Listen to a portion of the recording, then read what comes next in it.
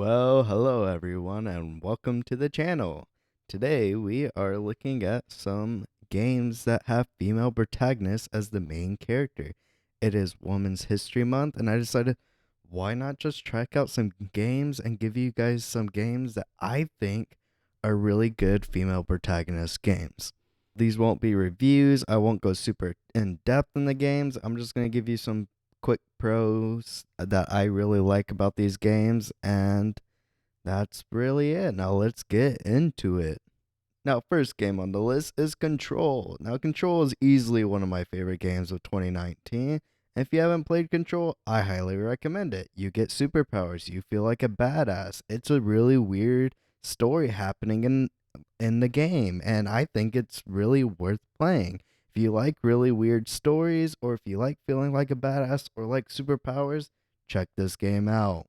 Now, second game on the list is Plague's Tale. Now, Plague's Tale is a narrative driven game with some puzzle mechanics in it, and you are a little girl and a brother trying to survive a plague and being hunted down by inquisitors. Definitely worth a try. Third on the game is a classic series, Resident Evil. Now, 2 and 3 remakes have recently came out, and both of the games you can play a female protagonist.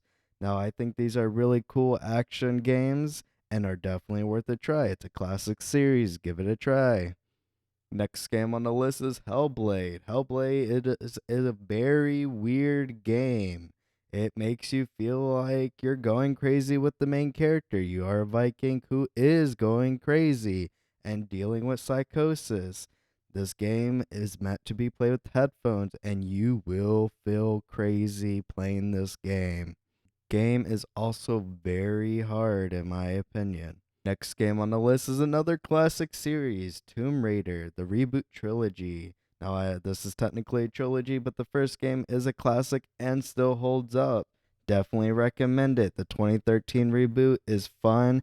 You see Tomb Raider actually go from not doing really any adventures and growing up to be the classic Tomb Raider everybody knows. So you don't have to play the other games to enjoy the 2013 reboot. Next game on the list is Nier Automata. It's a Platinum Game Studios. It's anime inspired. It's got amazing fast paced combat, and it's got a really interesting story. The story has 4 playthroughs, and the second one is the weaker one, but I definitely recommend playing it. When you get to that third playthrough, it's non-stop amazingness. Next game on the list is Transistor. If you've heard about Hades and haven't played Transistor, or if you love Hades and haven't played this, give it a try. It's one of their earlier games. It's got a sci fi element to it.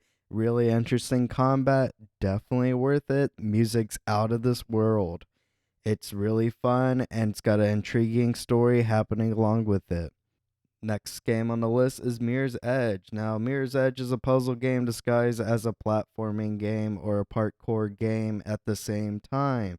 It's pretty interesting, really fun to play, and is a classic in my opinion. The last game on the list before I go to honorable mentions is Spiritfarer. Spiritfarer is a game where you play a girl on a boat in the afterlife trying to help other people move on to the afterlife. The story gets really touching, it is really fun. It's got like a base mechanic to it, and it's really worth playing. Now, moving on to honorable mentions, these didn't make the main list because of various reasons, such as platform exclusives or other various reasons.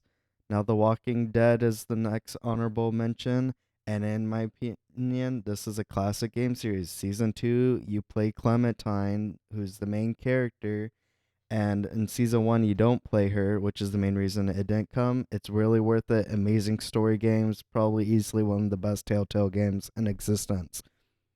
Now, next on the list of honorable mentions is Horizon Zero Dawn. This is a PlayStation exclusive, aka still on PC though, and it's got an amazing protagonist. If you like killing dinosaurs, this has got robotic dinosaurs that you're killing with a bow. How much more badass can it get?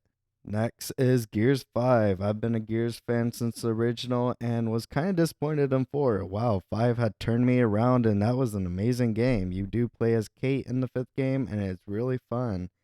This is a Xbox exclusive, available on PC also. Next on the list is Bayonetta. Somehow Bayonetta became a Nintendo exclusive. I don't know how, but it's amazing combat. It's a platinum game, really good combat, and it's got a pretty interesting, funny story going along with it too. Now, the last honorable mention is Silent Hill 3. Silent Hill is a classic series.